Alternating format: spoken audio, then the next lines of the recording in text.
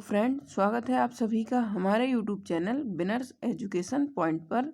दोस्तों, आज हम चर्चा करेंगे केमिस्ट्री से संबंधित कुछ महत्वपूर्ण प्रश्नों पर। और इसी प्रकार से आप देख सकते हैं कि किस प्रकार से हमारे साइंस एंड टेक के नोट्स बनाए जा रहे हैं, किस प्रकार से हमने सभी तथ्यों का समावेश किया है। और 3, 6 और 15 मार्क्स के अंतर्गत या 3, 5 और 11 मार्क्स के अंतर्गत हमने अपने सभी प्रश्नों का समावेश किया है। दोस्तों, सबसे पहले यदि आपने अभी तक हमारा यूट्यूब चैनल सब्सक्राइब नहीं किया है तो सबसे पहले आप हमारे यूट्यूब चैनल को सब्सक्राइब कर लीजिए, क्योंकि सभी महत्वपूर्ण परीक्षाओं से संबंधित कंटेंट आपको हमारे चैनल के माध्यम से उपलब्ध कराया जाता है।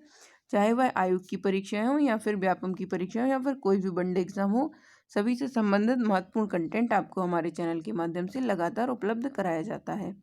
आज का जो हमारा पहला 3 मार्कर है वह है विषम परमाणुक अणु।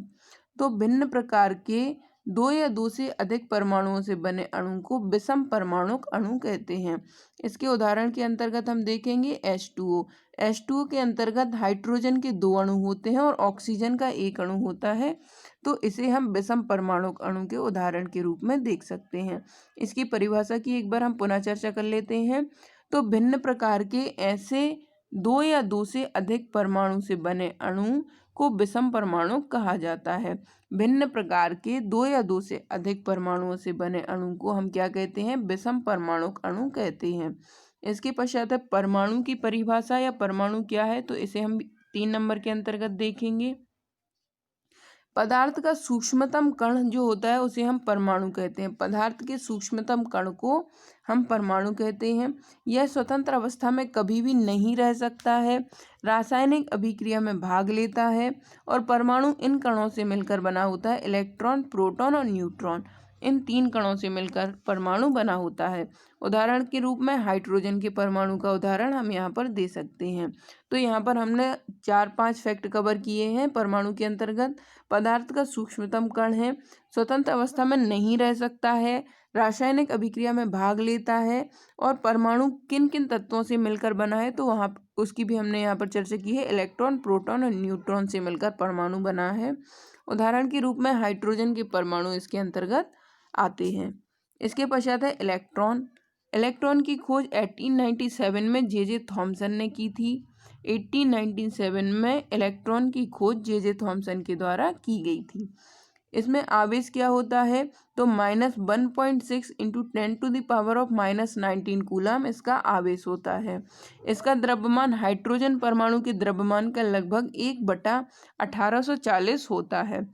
यह एक ऋण आवेशित कण है और इसका संकेत क्या है, तो इसे हम -1e से दर्शाते हैं। इलेक्ट्रॉन को हम -1e से दर्शाते हैं और इलेक्ट्रॉन जो है वह नाभिक के चारों ओर वृत्ताकार मार्ग में परिक्रमा करता है। तो यह भी आप इसमें इनपुट करना चाहें तो आप कर सकते हैं। इसके पश्चात है प्रोटॉन। तो प्रोटॉन की खोज की थी 1919 में रदरफोर्ड ने।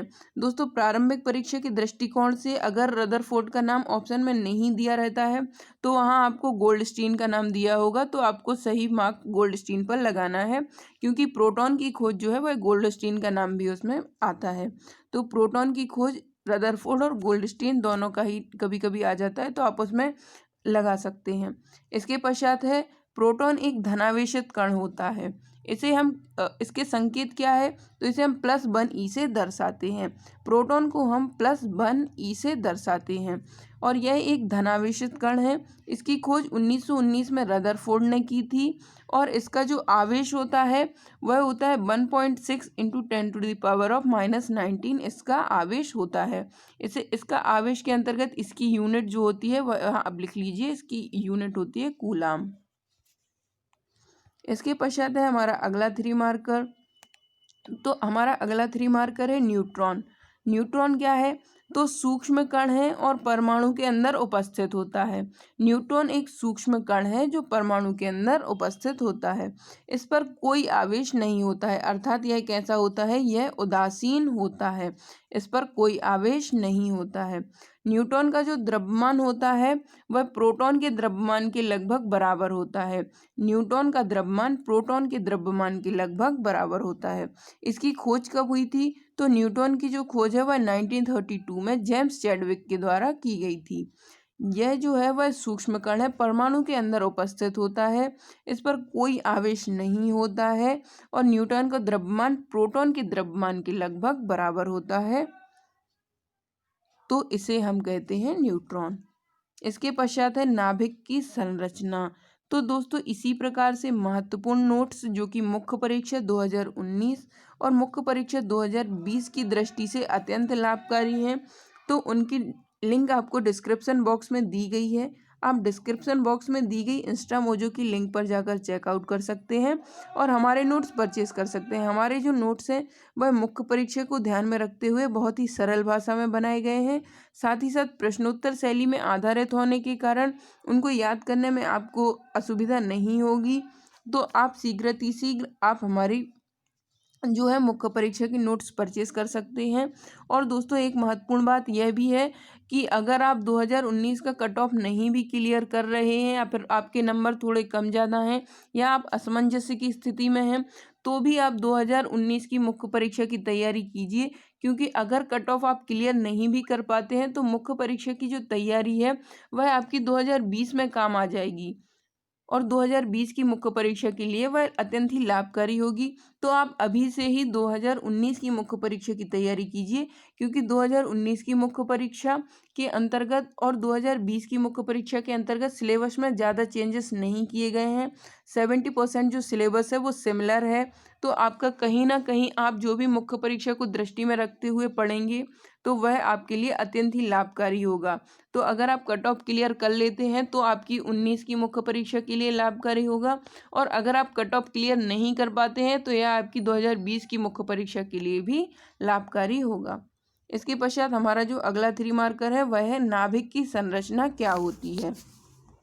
तो नाभिक की संरचना की खोज की थी रदरफोर्ड ने ही, 1911 में इसकी खोज की गई थी रदरफोर्ड के द्वारा।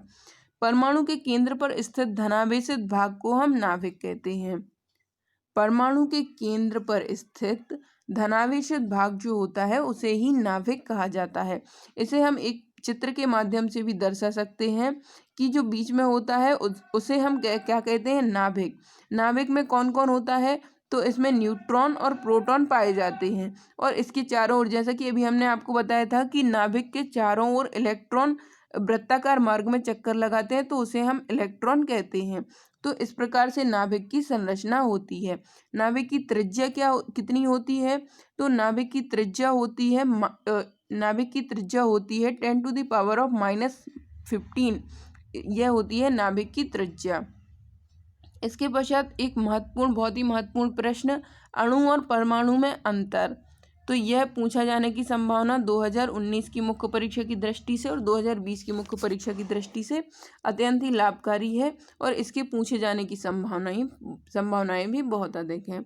तो सबसे पहले हम चर्चा करेंगे अणु के विषय में। अणु स्वतंत्र अवस्था में रह सकता है और परमाणु वह कण है जो स्वतंत्र अवस्था में नहीं रह सकता। तो अणु स्वतंत्र अवस्था में रह सकता है और परमाणु स्वतंत्र अवस्था में नहीं रह सकता।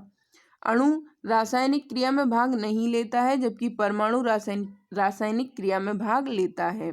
इसके पश्चात है अणु विभाजित हो सकते हैं और परमाणु को हम विभाजित नहीं कर सकते हैं, अर्थात यह विभाज्य है और यह अविभाज्य है।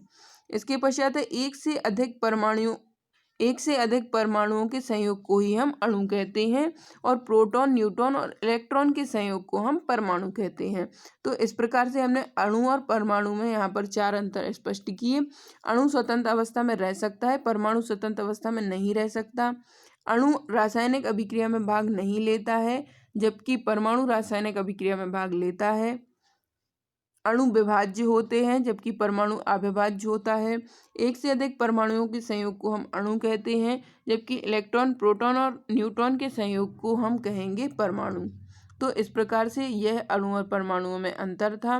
दोस्तों इसी प्रकार से हमारे साइंस एंड टेक के महत्वपूर्ण नोट्स बहुत ही शीघ्र आप तक पहुँचाए जाने की हमारे चैनल के माध्यम से लगातार प्रयास किया जा रहा है और आपको सभी विषयों के नोट्स लगभग प्रोवाइड किए जा चुके हैं, जिनमें प्रमुख हैं history, geography, MP, social, polity, economics, ethics और हिंदी के नोट्स हमारे चैनल के माध्यम से आपको उपलब्ध कराए जा चुके हैं, उनकी लिंक आपको डिस्क्रिप्शन बॉक्स में दी गई है। और साइंस के और साइंस एंड टेक के नोट्स बहुत ही शीघ्र आपको उपलब्ध कराए जाएंगे। इन सभी का मूल्य मात्र 4,000 रुपये रखा गया है, सभी जो कि अन्य कोचिंग संस्थानों से बहुत ही कम है और अन्य कोचिंग संस्थानों की तुलना में हमने अच्छा मटेरियल आपको उपलब्ध कराया है। तो इस प्रकार से आप हमारे नोट्स परचेज करके 2020 की मुख्य परीक्षा, 2019 की मुख्य परीक्षा दोनों में ही सफलता को सुनिश्चित कर सकते हैं। और अगर आप 2020 की प्रारंभिक परीक्षा की तैयारी कर रहे हैं तो आपको हमारी प्रारंभिक परीक्षा की टेस्ट सीरीज ज्वाइन कर लेनी चाहिए, क्योंकि वह प्रारंभिक परीक्षा की दृष्टिकोण से अत्यंत ही लाभकारी है। उसमें हमने 5,000 प्रश्नों का समावेश किया है। मात्र 500 रुपये में आपको 50 FLTs उपलब्ध कराए जाएंगे, जिसके माध्यम से आपके 5,000 प्रश्न कवर होंगे। और 2019 की मुख्य परीक्षा 2020 की प्रारंभिक परीक्षा के अंतर्गत यही सबसे महत्वपूर्ण होगा कि आप जितने अधिक से अधिक वस्तुनिष्ठ प्रश्न सॉल्व करेंगे तो आप सफलता के उतने ही निकट पहुंचते जाएंगे। तो शीघ्र आप हमारी प्रारंभिक परीक्षा की टेस्ट सीरीज को ज्वाइन कर सकते हैं और अपनी सफलता को सुनिश्चित कर सकते हैं। धन्यवाद दोस्तों, मिलते हैं अगले वीडियो में कुछ नए 3 मार्कर या फिर कुछ अन्य महत्वपूर्ण विषय के साथ।